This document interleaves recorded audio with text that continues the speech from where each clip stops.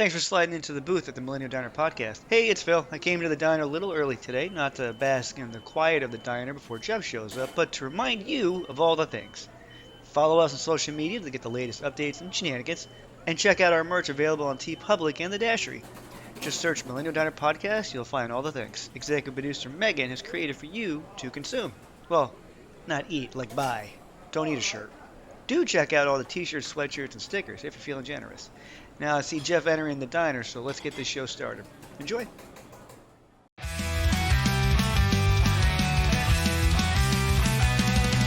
Jeff and Phil, they take the stage. Two voices wise beyond their age. Spin vinyl tales of old punk days. Rock and rebel in caffeinated haze. Millennial Diner serving it Welcome to the Millennial Diner podcast. It's me, Jeff. I'm here, back at the diner, with Phil, as usual. And I have a feeling Phil is going to order his usual, because that's all he ever does. Chance of that, you never know. That's a song I wrote for you, Phil. You know, it's catchy. It's real catchy. I like it a lot, actually. Well, once we get some studio time, we'll lay down some tracks. Mm-hmm. And we'll print it on wax for you, Phil, because you are Well, I gotta have the stacks on wax. the vinyl man. The vinyl man. Yeah, I am the vinyl man. Yeah, the stacks on wax, but not pancakes on stacks. Or wax. But we could do both. Ladies and gentlemen, if you are not following Phil on his personal socials, you're missing out on what it means to truly love records. It's a weird thing to truly love records. I don't know. You know what it is? It's a tactile thing.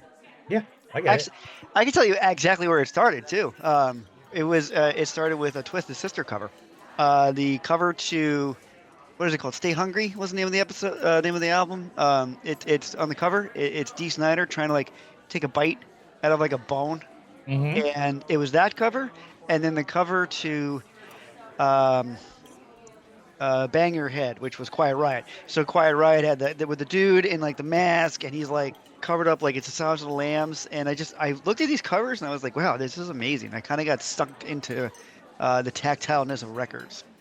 Not the same as CDs, but I love the record. I don't know why. Yeah, no, it's funny. Well, first of all, I gotta say, for those who didn't know, Mr. Expert in Punk over here clearly was a child of hair metal. Absolutely. I got two older sisters, so that's exactly what happened. Yeah, there it is. Yep. Yeah, I don't feel the same way about CDs yet, and it's interesting because I feel like I've been seeing a lot more on social media and stuff, like more Gen Z are nostalgic for like CD books.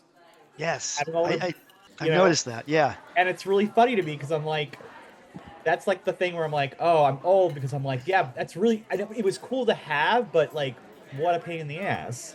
The CD books were a pain in the ass. They were great to have, but like you'd be driving down the LIE at like 70 miles an hour, and all of a sudden the CD's over, and you gotta like maneuver, hold in a CD wallet. And if you were me, I had a cup of coffee with me all the time, and so I'd have that, and then trying to take the CD out while like holding it on. And you keep your knee on the steering wheel so you can keep, whole fiasco. Now I kind of love in the car at least. I do love the.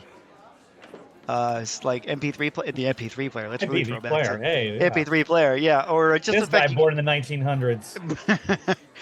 Yes, when I go buy alcohol, it's really great. I'm just like, yeah, my birth year starts with a 19. Do I have to really show you ID? And I like streaming through the car. I find that really useful. Great in getting playlists going. Yeah. Something fun. There's something romantic though about those CD wallets. I don't know what it is. No, there is. I mean, were you a person? Did you alphabetize your CD wallet? Absolutely, I did. And did you take out the CD booklet and put it in the slot with the CD? Absolutely.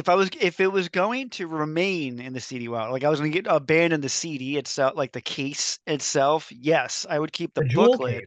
The jewel case. Yeah, the jewel case. I would keep Foolish games are tearing us apart. I kind of wish I hadn't done that though. Here's why. Because I did that with Green Day. Originally, Dookie. And I'm pissed I got rid of that one because that one had Ernie on the back. Oh. And you can't get that anymore. Like that's actually a coveted thing, both in vinyl and in CD, is a copy of Dookie with Ernie on the back. Can't get it now. Yeah, that destroys your whole cred. It does. The fact that I remember that gives me a little bit of cred. But I can tell you that like you instantly, if you find like a Dookie vinyl that has Ernie on the back, so it's like one of the original presses of it, instantly goes for more money because of nostalgia of it. Wild. Well, I think also they didn't have the rights to Ernie, I No, imagine. that's why Ernie was taken off because they didn't have the rights to that. Right, exactly. So look But, at Green Day. Green Day twice stealing from once from Mop Ivy and once from the Muppets. well, a decade later, I remember Sufjan Stevens, Illinois, had a Superman on its cover for about a week, and then it was covered by a banner the following week. I always wonder That's who was able to get a copy of the one with the Superman on it. it's almost like there's a copy of one of my favorite grindcore bands, United Nations, which has a Bugs Bunny on the cover of one of their records that it was so illegal that it's actually a fun thing to grab if you can get a copy of United Nations. Well, the And United Nations was an interesting band because, well, first of all, there's a lot of it's kind of a super band, it is a super band, but 100%. they're Like, but very no, like but they're very fuck hush every hush. fuck Yeah. all consumerism and kind of things like that. So Hmm. uh yeah, they were pretty intense. I saw them play once at a show with Glassjaw and Thursday in New Jersey. Ironic that it would be those two Yeah, bands would happen to yeah. be on the same bill as United Nations. Because we're talking that Jeff from Thursday and Yep. Daryl from Glassjaw were at some point part of United Nations or I, both I at I different. heard a story. It was they started the idea over like margaritas. Yeah. That's the story I heard. I was like, all right, I'm okay with that. Band's amazing. If you guys aren't, folks know you're not listening to United Nations and you like super screamy music, great band to go to. Well, I'm glad we brought that up, Phil, because today is Thursday. No, it's whatever day you're listening to this, but we are continuing along with our just us just spending more time at the diner, and even if we don't have a guest, and when we don't have a guest, we still want to come here. We want to order our food. Sorry, Flo has been sitting here for a She's long waiting, time, waiting patiently. tapping her, Yes, I feel bad for tapping Flo. her Yeah, shoe like Sonic used to back in the Sega Genesis days when you wouldn't touch the controller. and he would like give you that weird look, like that Yeah. side eye. Yeah, So, well, Flo, real bombastic quick, side eye. Flo, can you whip me up an acai bowl? That's what I'm kind of feeling. Maybe throw some peanut butter on top, some granola. Thanks. Oh, and a coffee, of course, with oat milk. Here comes the oat milk. I will have just black coffee and rye toast with a United Nations sized pat of butter. So Wow. because it's anti-capitalistic, it's going to be a fairly small amount. Yeah. Well, That's okay. I don't mind. okay, but well, Phil and I were here. We got to the diner and we started. We just got into a brawl. We started just throwing haymakers left and right. Um, it was basically WrestleMania. It was the Octagon. It was uh, a gladiator battle in Rome during Empire's heyday. Because we were arguing about our order of Thursday songs if we were to rank them from our least favorite to our favorite.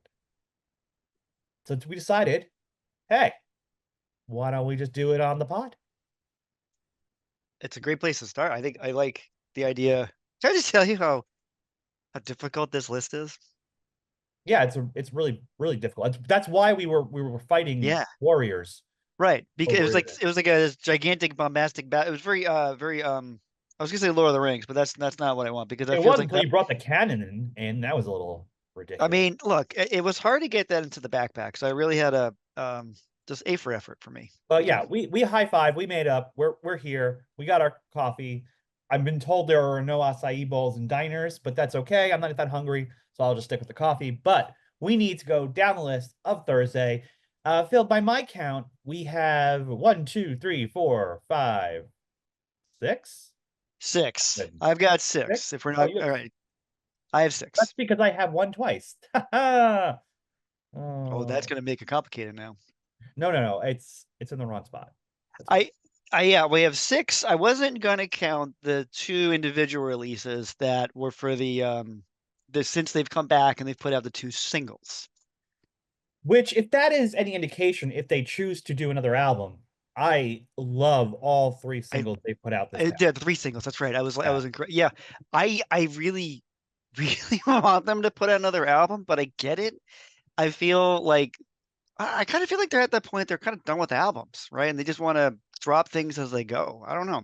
We'll see. I mean, they're completely on their own, right? Like they're not on a Yes. label or anything, so it's just up to them. I mean, if they're writing three amazing songs, it feels like maybe there's going to be more. I mean, Yeah. I look forward to the day there's a Thursday 7. I can't wait. I wish if there was. I can't wait. I just the newer songs they put out, in particular, the one last year, application for whatever the rest of it was. That was it was so heavy. I like that one a bit more than White Bikes. I know that. But I do like where the band is at. I just wish they would put out an album to accompany that, and then big tour. I would appreciate that too. Well, they will surely help us out with all that. I hope. Before we get into the albums themselves, let's take a look at I just want to name drop the Thursday Envy split from 2008. Um, I love that EP, and they also I had an opportunity a few years back when they were doing one of those full class World All Time tours. One of the sets they did for the encores, they played the songs from that, which I had never heard, which was really cool. That's cool. Okay. Yeah, I haven't heard that any of that. No, that's good. Envy is a pretty crazy Japanese band if you never I've heard heard them that, before. but no, but I have not. What is on that one? Hang on. Oh, okay. So that's a lot of that stuff. All right, cool. I had just looking that up now. I'm a little late to the game on that one. But yeah, we're gonna go through all this. Also, the new singles were Application for Release from the Dream, That's Blight Bikes, and then Taking Inventory of a Frozen Lake. that's Those are the great three. title. Once again, Thursday kills it with the titles. They always do. They They always do. always do. They always do. All right, so why don't we get started? We'll start in the sixth spot. The sixth spot. Hang on, I got to flip my notebook around. So the sixth spot, I'm gonna go with. To me, I honestly I think it's the least of the bunch. Is Common Existence. That's the 2009 release. I just this could be one of those instances where it follows four really good albums. It's the first time we have one that I'm like, it's okay. I think it's okay. Um, it feels sort of I don't know. It just feels disjointed than the rest of them. I don't know. What do you have for the sixth spot, Jeff? Well, like you, Phil, 2009 was not the year that Thursday was lighting me up, and it was with Common Existence. I don't, Yeah. I was going through our list, and I was like, I had it kind of pegged in my head as number 6 the whole time, Yeah. and then Yeah. I was on a flight last night, and I said, you know what, I'm gonna listen to Common Existence, and like it's cool. Like that's the thing. Like just kind of coming out of it, like I hadn't really listened to it in a while. There's some really good songs on it. But yeah, it just kind of blends into the background a little bit more as opposed to a lot of the other ones. Uh, Right. but I don't know. And I don't even know why I find it to be kind of it's just I don't know, it's just kind of it doesn't do a lot for me. Like it doesn't really I feel very one note. It feels like a Weezer album for me where you just kind of one note just kind of works its way across start to finish and you're done. Yeah, I'm gonna piss off the Weezer fans on that one, but that's well, okay. it's funny to me because the band did break up shortly after the next album Right. they had come out. And they were off for a while. So I don't know, maybe this was part of, I mean, this was their second Epitaph album. So they're pretty far away from that major label explosion from years for all the time. I feel like a lot of bands around this time, a lot of the bands that we kind of were there for when they started, were kind of having a lull around now. Yeah, right. Because I think it does. Yeah. Oh no, I saw them on this tour. They toured with Taking Back Sunday, and that was on New Again, which was like I kind of think about as like the Taking Back Sunday version of Common Existence. It's kind of like, sure, I listen to it, it sounds good, but like nothing's drawing me to go back to it. Right. It's not one I go back to. And I think that's funny that you said that because I feel like Thrice, I feel like had a lull around 2009. I think Save the Day, they called it quits for a bit around that that. right, it was right around then. Save the Day, I felt like was kind of just nowhere, Bill. I mean, but this point, 2009, you had MCR's last album came out, right? 2010. Okay, so they had one, so that was coming, and that was gonna be their last, hopefully not the last. But yeah, like I feel like there was definitely that lull around that time frame where it was funny because 10 years prior to that, everything was like bonkers, and then you got kind of quiet with it is what it is. Yeah, I think Common Existence, I do think it was a number nine, just number nine, number six spot kind of thing. We agreed on that one, so Phil has put his canyon away for now. Okay. But so before we get to 5, 4, and 3, I will say 5, 4, and 3 to me are almost like interchangeable. Like depending on the day, they might get Mm-hmm. swapped around. So just I want to preface that when we go through it. So what did you have for number 5? For number five, I had no devolution. Yeah, Yeah, I just it's atmospheric yeah, and different yeah. and dirty kind of feeling, and I don't know. It was such a different take for them. Like they were kind of going in a different direction, which I appreciate. I feel like I I actually feel like it was an offshoot of what of their experience through Common Existence. That it was just kind of like they got, I don't know, kind of tired of doing the same thing, so trying something different here. And I applaud that, and I actually think they did pretty well with it. So I put that in my mind, the number five spot. Yeah, that's not on my number 5 spot. My number 5 spot is taking us back to 1999 with the first LP, Waiting.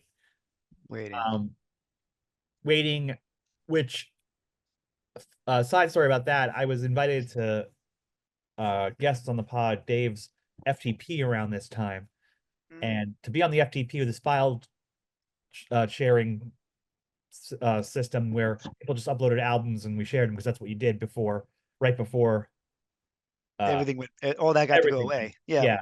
So, but don't worry, I bought all the albums I used off that, of course.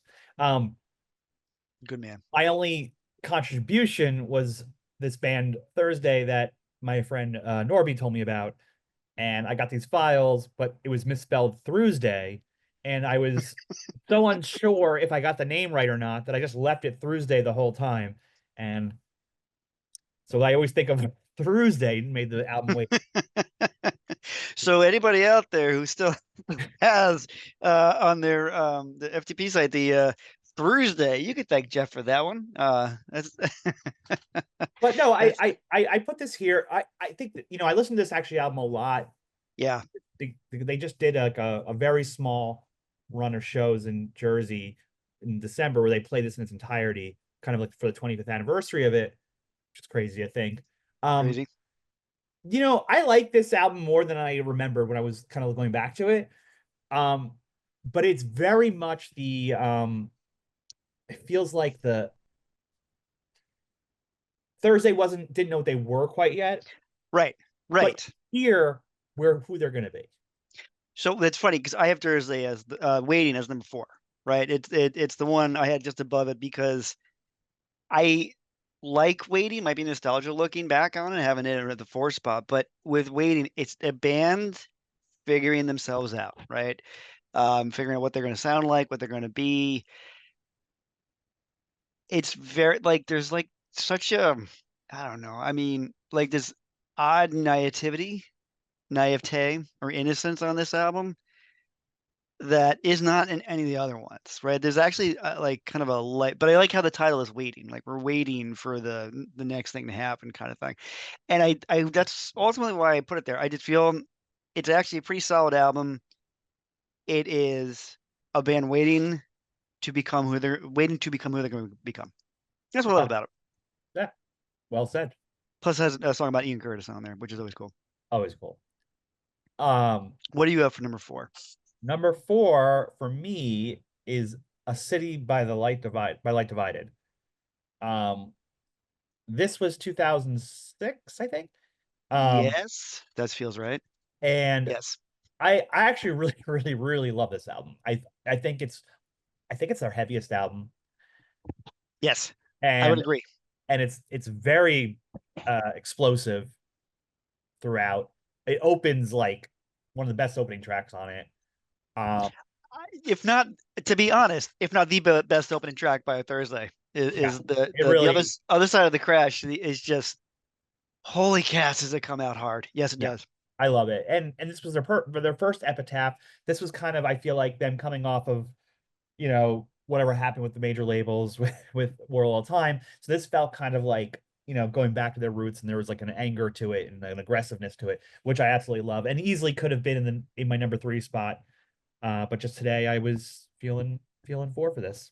Well, it's funny because it is my number three. Is City by Light Divided, just because of the same reason you said. It's just it comes out so heavy, so hard. It doesn't let up, and I don't know. I just that's where I was feeling number three. Because remember, we're at this point, kids. We're up to the top three, right?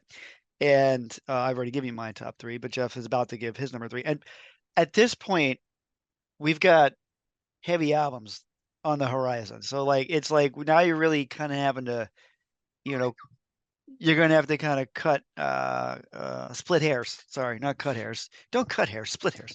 Split hairs to get it down to the top three. But if So your hair is Jeff, long and shaggy and you want to cut it, go for it. I mean that's how you want it. I'm not going to yuck someone's yum. If that's what you want to do, man, that's totally fine. Go for it. All right, Go number for the three. number three. What do No, you have for number three? no devotion. No devoción. See, it's funny that your comment where all of these on any given day could be restructured really paid off because we have them basically in the 3, 4, 5 bucket, same bucket, just slightly I different. mean, I think I had a feeling, and it'd be great I would love to hear from somebody who doesn't have the top two like we have. I Yep. just assume it's just a given that those are going to be the top two, but we'll get to those in a second. I love the Yeah. Devotion. I think there was a sadness to it because it was, at the time, it felt like their last album. It feels like a last album. It does feel like it. Well, I think because a lot was going on in their personal lives, right? And so like you've got a lot of turmoil or whatnot in personal lives. And it did feel like, yeah, I didn't never really thought of it until you just said that. You're right, Jeff. It sounds like a swan song kind of album where like, this is how we're gonna go out. Yeah. And it was 2011 it came out. It was also Mhm. on Epitaph. It's their last on Epitaph. It's the last full length they put out. I think there's some really beautiful songs on this one. I think Yeah. you mentioned earlier how they kind of experimented with their sound a little bit more on this one, and I think that's why it it feels like up until this point they were kind of in very much the Thursday lane, and this one Yeah. felt like they were expanding what that could be. I also think that last song, "Stay True," is just, if that was the last song that Thursday ever made, that's like the best It's song. it's a great song. Well, one of the things I actually remember reading was that a no devil because I cannot speak Latin or Spanish, so I'm not going to try. But that it was the well to this point first and only album that Jeff did not really handle any of the guitar work in that. Everybody got to bring their own portion to the album, which was different, from all that. So everybody brought a little bit. Everybody brought everything to the. So, they let them create, which ironic. Actually, I remember now is the same thing kind of thing that happened with Brand New's Daisy, Yeah. and everybody bringing something to the table. And funny how both times I had those two of the lower albums. I don't know. I don't know. I guess if you've got a thing that works, I'm like stick with it. But build on it. Don't just keep the same thing. All right, Jeff. We're That's an interesting, conversation to have about bands who do at certain points deviate from their normal yeah. trajectory. And like, Well, I again, like it now. I think in the time when you're like, if you're looking for comfort and what you know as a fan, it might yeah. throw you. But I Right. think as you go through life and you have these bands for now over 2 decades, I like that they have something different, because now I'm like, oh, I get it now. Like I have Mhm. a more outsider observation of it, and I feel like it's what I feel like. As I feel like we go through all these catalogs of these artists, I discover stuff I didn't know I liked or didn't really like back then, and now I do now. So it feels like I discovered something new. And it keeps it fresh. Keeps them Yeah. interested. I get it. Now. I get it. I didn't get it then, but I get it now. All right. Top two. Top two, Jeff. We're down to two. The two, if you're listening at home, it would be War of the Time and Full Collapse are the two we have left. Yes. Phil, go ahead. Drop your number two on me. It's Full Collapse, I think, is number two. Um, Oh, okay. I do. Here's why I feel I'm gonna talk about one too. So that would mean for me, War All the Time is the number one album. The reason why is I feel working your way up in trajectory. So you guys start with waiting, you figure out who you are. With Full Collapse, they have figured out their sound, right? And they're like, okay, this is what we're gonna do. I kind of get it. But I think with War All the Time, you had an album that had a conceptual kind of theme of Hmm. struggle throughout the entire album, and it had one kind of cohesive feel to it. And that's really it. Like I said, I'm splitting hairs to do this. I just think the for the Workforce Drowning has a great opening. It gets like I don't think this album ever lets up ever. Whereas in Full Collapse, we do have technically like two kind of weirdo throwaway things with the Morse code in the front and the end, right? In the beginning and the end. And I think that kind of as a solid album piece kind of takes away from it, just in the context of the rest of the albums. Don't get me wrong, Full Collapse is an amazing album, but for me it was Full Collapse 2, War All the Time number 1. All right, Jeff, do I have to get my cannon ready? No, but you missed when I said drop your number two on me, and you had an opportunity to snicker, but you didn't. It's I okay. did. You know what? I was going to rise above. I was going to rise above. We're going to black flag it and rise above. Well, I wanted to drop something like brought to you by an atom bomb. Well, Oh, bomb. jeez. Anyway, it doesn't matter. That's on War all the time. The point is, Phil, you know what, Phil? When you're right, you're right. And you're absolutely correct. It goes number two, Full Collapse, one more all the time. I think you said it eloquently. We also did an episode already on Full Collapse, so feel free to go back on Spotify and listen to that one. But we're all That's a good episode, by the way. If you yeah, haven't listened to it, go listen to that episode. yeah, I love it. Additionally, listen to the episode with Brian, our friend Norby. We covered the movie life. He's a fantastic person to listen to. Pay attention to what he says. Exactly. Again, he's the one who introduced me to Thursday. Anyway, yeah, we're all the time. Um, yeah, I think you're absolutely right. There's a cohesiveness to that album that, well, Full Clap still does have cohesiveness, but I think War All the Time is a little more focused. And It's also, grander. It's bigger, yeah, right? Yeah, it's focused on its messaging. It's bigger, it's grander, it's definitely the one they spent the most money on production wise. But well, I think that that's the Island record money. That's what that is. yeah, but Yeah, I remember when it came out, I was like, I love this because it felt like an extension of it felt like the band who made Full Collapse, but now they had the resources to get it to where they actually wanted it to sound like. right. And that is why I think it's the quintessential Thursday album. If I'm gonna, yeah, it's funny. I'll go and be like, no, go listen to Full Collapse. But then when you're ready to hear what a band is like, it's like the optimal of what they could do was War All the Time. It really is. Also, it allows us to have the sequel to Jet Black New Year, with Tomorrow I'll Be You. Love it. Right, Yeah, we get the 1-2 combination. You imagine those two songs played back to back? That'd be crazy. yes, I do all the time. Cut the black from my hair, God, it's such a good he song. died and then the other one. Okay. That's our look at Thursday. We figured out the order of preference. Once again, this is one of those bands where like I can honestly say I don't dislike any album. I like them Nope. all. That's why this list could be different any other day. But you know what? I didn't get my acai bowl, so I'm gonna have to get out of here. Okay. Well, before you do, let's say quick thanks to executive producer Megan for everything that executive producer Megan does for us, and also I neglected to do so beforehand. I want to give a big thank you. I was going to say thank out, which sounds like shout out and thank you put together. I like Thank Out. Let's go thank out. I'm like to give a big thank out to Jacob Butler, who has designed our new song and Yes, does a lot of the editing for us. So thank you, Jacob. thank you, Jacob. Love this Thank song. a thank My, out. Yes, my favorite song. Thank it's Out. catchy. It's catchy. I like it. All right, Phil. I gotta go. I'm so hungry. You got to cut the jet black from your hair. Yeah. I gotta dye my hair black first and then do it. That's my afternoon.